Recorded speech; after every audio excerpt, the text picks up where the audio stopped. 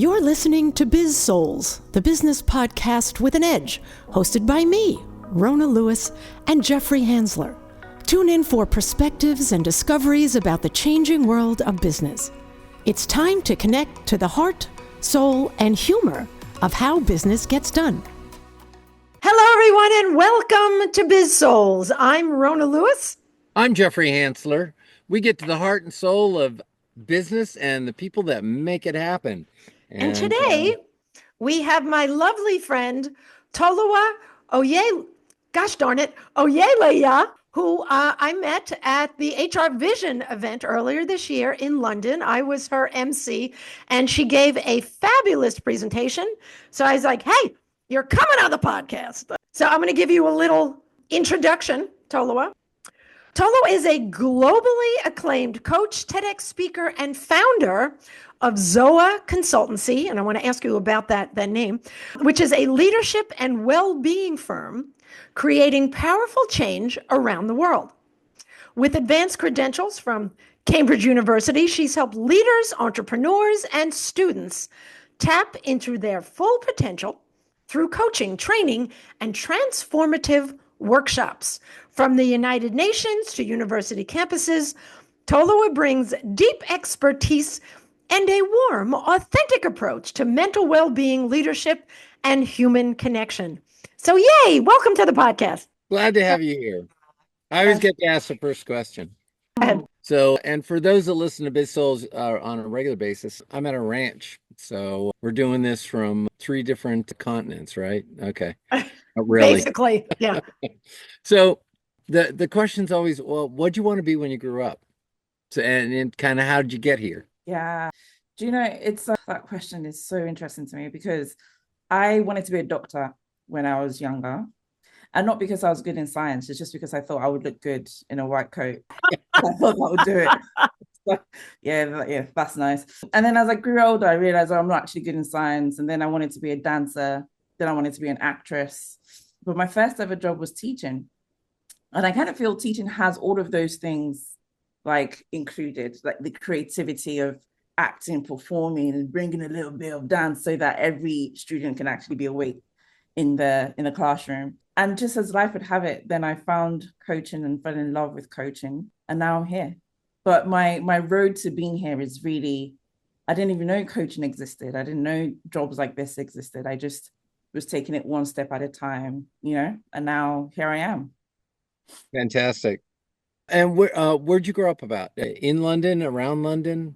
Yeah, I grew up, I always say home is 2 places for me. I grew up in Nigeria and in London. And so my childhood was usually split between spending time with my parents in Nigeria and also spending time with my other family, which is my mom's side of the family in London. And I'm one of 2 siblings. So every summer, every half term, every Easter holiday, we'd be back in London, which was North London. And then school was in Nigeria. So I had 2 different cultures growing up. Which is nice, I think. Yeah.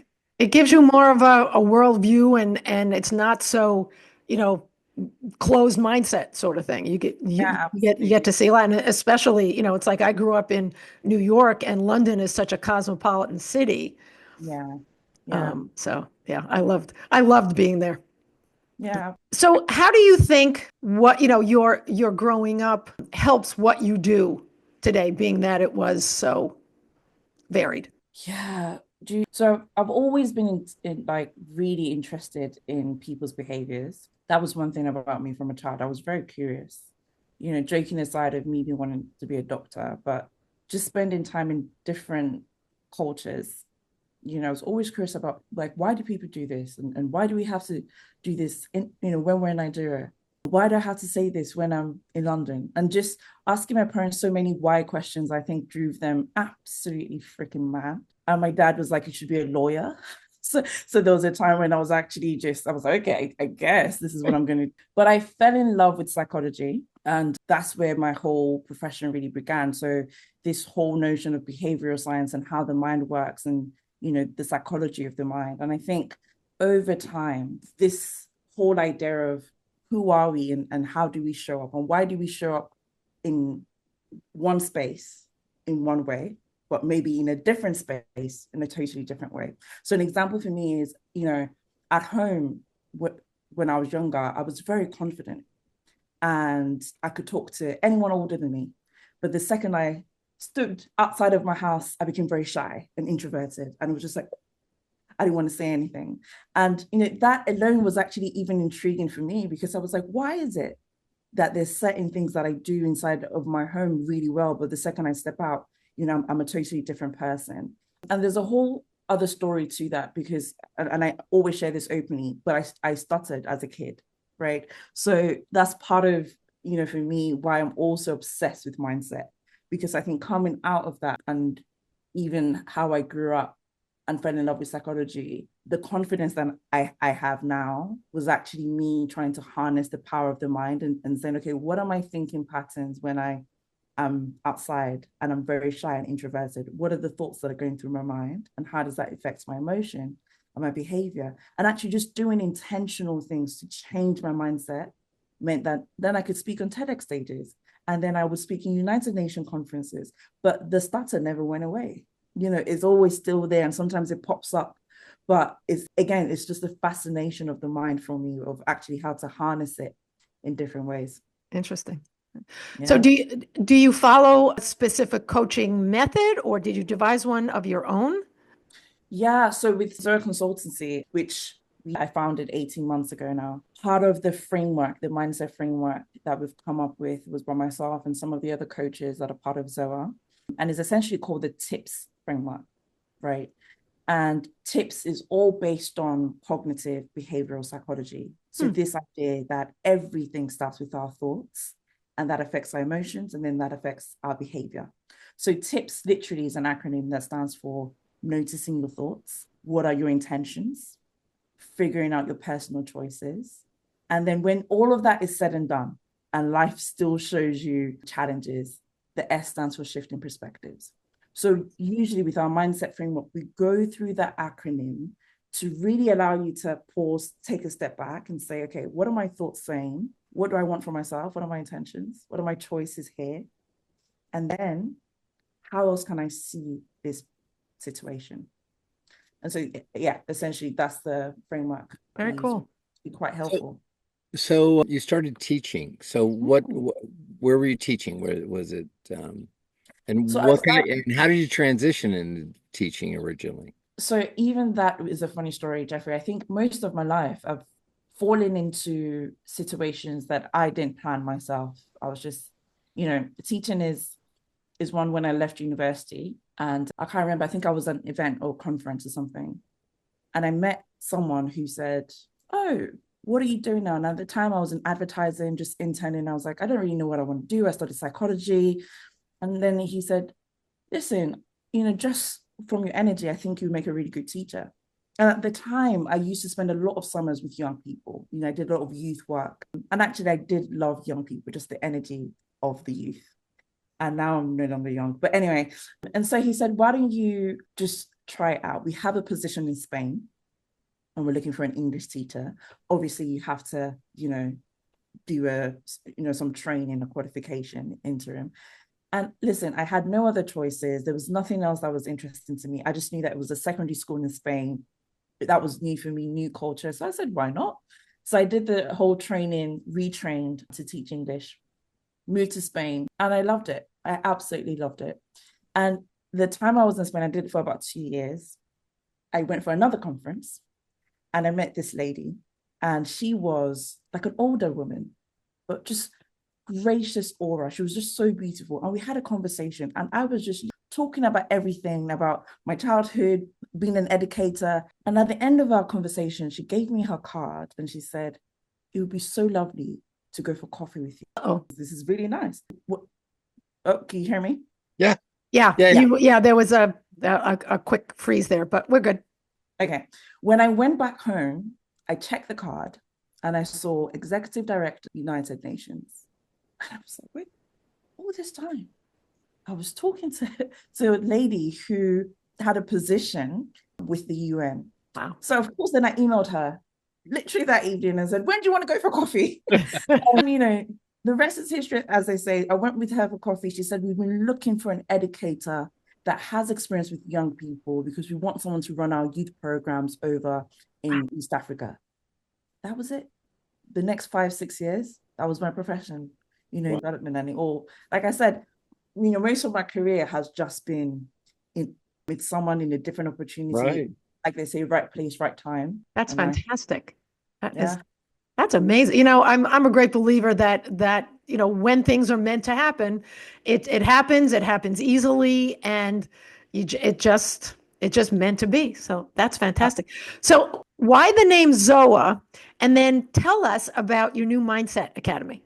Yeah, absolutely. So if I just take a step back, when I worked with the United Nations and I worked in international development, what most people, I remember the time when I worked there and I said that to people, the response was always, wow, oh my goodness, you're so lucky, and etc. And of course, you do feel like you're part of an amazing community that is doing something incredible. But at the same time, it's really hard work being an aid worker, supporting really vulnerable communities in a country that's not your own. So when I was doing that for over 5-6 years, what happens is actually, I didn't feel like I had a home. And so this concept of home is always quite interesting to me because, you're moving from country to country, you're meeting new people, you're constantly learning a new culture, a new language, but at the same time, you have to lead a team and people are looking up to you as well in terms of how to show up. 5-6 years, I burnt out because it was constantly what I felt like was I was pouring out, but actually I didn't feel like I had any support in me left. So I came back to the UK.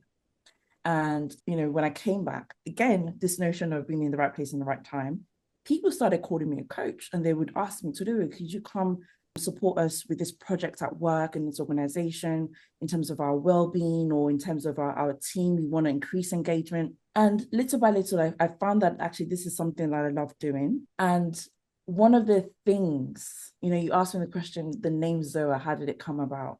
One of the things I realized very quickly, at least in the UK, is that most organizations I was stepping into, there was no life. It really just felt like everyone had a mask and they were just trying to do the work. Like people weren't laughing. Where's the humor? We spoke about it at the conference right now. Like, where's the fun and the play? Right. Where's the humanness that comes into work? And then you start to do the stats and you realize that actually 1 in 10 people in the UK are happy in their jobs. That's a crazy, crazy stat to me. So Zoah is all about trying to reframe all of that and bring life. It's a Greek word that simply means life. Oh. And our whole essence is to bring that back into work in terms of, again, our thinking patterns, regulating our emotions, and how that then translates into our behavior. And all whilst doing that training and coaching, we want to bring fun. We don't take ourselves too seriously, right? So we bring that childhood element again. Right. And then it's so funny when people, we have training workshops and people are there for 2 hours and they're like, do you know what? That was so lovely because I've never laughed so hard. Excellent. And it makes a massive difference, right? You're seeing people's face and you're seeing their energy. And that's the whole essence of Zoah. We're just trying to bring back that element of humanness at work. Excellent. So how did the Mindset Academy come about? And tell us about that. And then I'll let Jeffrey ask a question because he's sitting back. So the Mindset Academy is a product that we are launching later on this year that we're very excited about. So like I've already mentioned, my background really now is in behavioral science and psychology, but I've been doing that for over 12, 13 years. And during my whole professional career, I've had the opportunity to work with some of the most amazing coaches and psychologists and therapists. And the Mindset Academy basically combines all of these things that we've learned that sits within the science realm that is not really spoken about in the work realm, right? It's like academia, work, and then there's a gap. So we bring all of the science, all of the juice, all of the thing that we know actually works, and we're making it practical into a 7-week program that professionals from all around the world can come into this academy virtually and first of all, learn about themselves so they have heightened self-awareness. But there's also a level of holding each other to account because you're on the program with a cohort of people over 7 weeks where you get to challenge each other and you have real conversations that maybe you haven't had before. And people are then, saying feedback to you that maybe, again, you haven't really heard before because they don't know you. These are strangers in your world. And they're asking, oh, but why is it that you point when you speak? And you say, oh, I didn't realize that I did that. What impact does that have? And we create this safe space where we're using science to say, okay, this is what happens with our behaviors, but then this is how you can change it. And then you're bringing your real life scenario into that program as well. So we're very excited about this because I think it's the first time for us where normally we work with organizations and we work with professionals within that organization. But now we're mixing things up. So professionals from every organization, so that's healthcare, tech, the finance sector, all in one room. And we're all on this same journey, trying to level up in terms of our habits and our behaviors. So it's actually quite exciting for us. That sounds great. Very Absolutely. cool. Is it a large group? Is it a formal group, or are you just a, come together kind of association? So it's going to be based on, so basically it's going to be 15 people in a group. Okay. Over 7 weeks. So it can be only 15. So it's limited spots all the time. And the reason we're keeping it at 15 is because we still want to create a level of intimacy that people can share openly and not feel like, oh, I'm with a group of strangers and now, there's 700 people in this virtual room. We also want to know you by name and be able to have your coaches tailor your, whatever framework we're using to your situation. So yeah, essentially be 15 people in every cohort. Okay, and for the coaches themselves, are you a formal group or you also have your independent businesses as well? So the coaches have their own independent businesses as well. Yeah. So all of them are contractors with Zoah. And most of them actually run their own businesses or, have their own training programs. But then we have this community of best practice of how we run our coaching sessions through the mindset framework. Excellent. And are you running the sessions? Are they going to be virtual or are they going to be combination? Or are you going to be in England, Spain, Nigeria? You come to the US? But Jeffrey, the goal is that one day we're going to be on a ranch. And that's where the next one is going to go in. So we're starting virtual, right? Just where we're at with things. So it's going to be virtual training. But the vision is over time, we actually move this into different countries. And it's almost like a holistic program, where people have 7 weeks of training, but then there's also things that would help your well-being. So there's mindfulness, yoga sessions, like a retreat happening as well. And that's the goal. But right now we're going to start with virtual sessions and then see how that builds up over time. Very, very good. That's exciting. I have a question about the number 15, and it's because when I do, and Jeffrey does this also, he actually got me involved in when we do multi-day seminars and things, we do breakouts and sometimes it's pairing up. So what happens if you have 15 people and you want to do an exercise where people are paired up, then you have one person left over. So why wouldn't you do 14 versus 16? Love that question. And I'm going to give you an example. So I love boxing. Love it.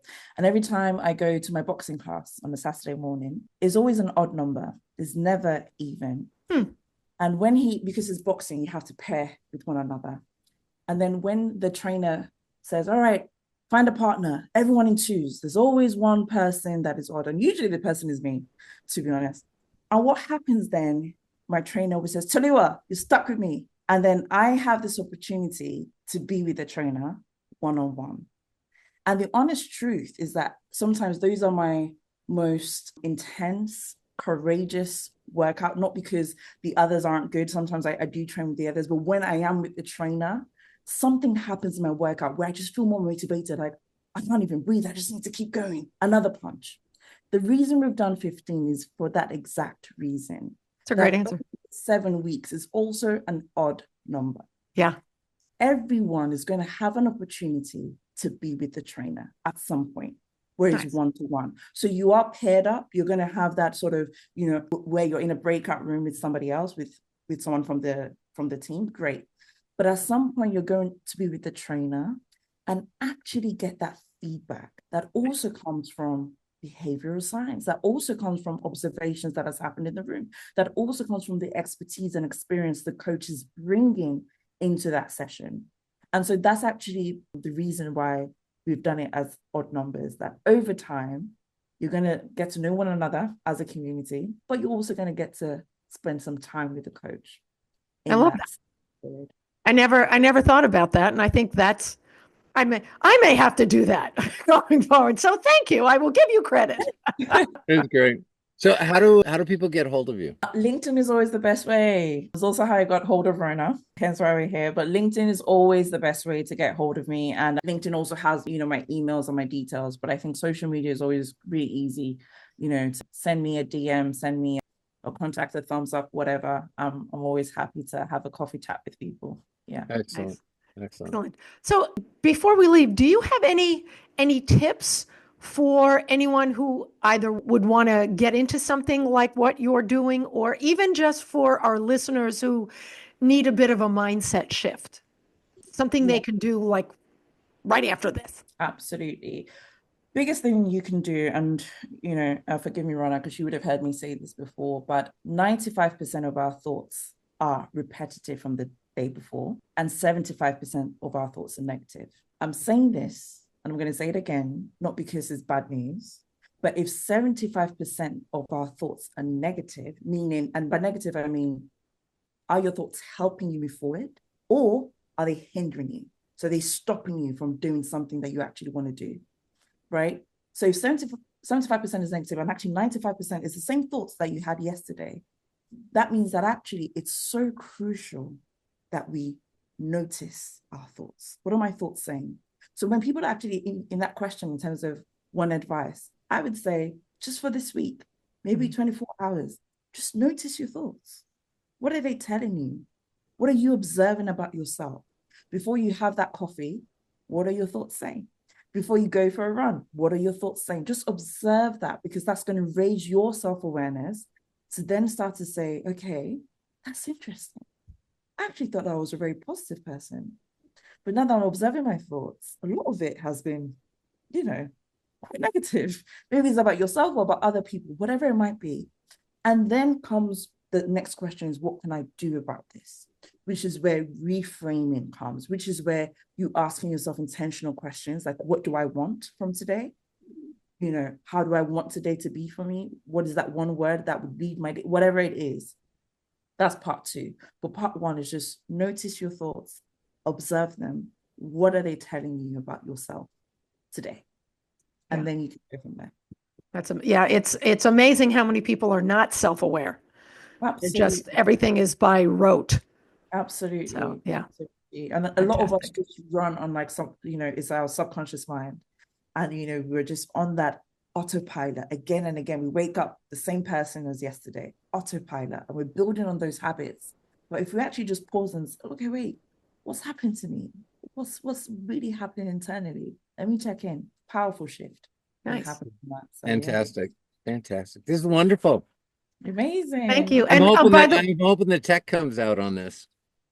Yeah, it should be, knock on wood, it should be okay. One of us should have a good copy.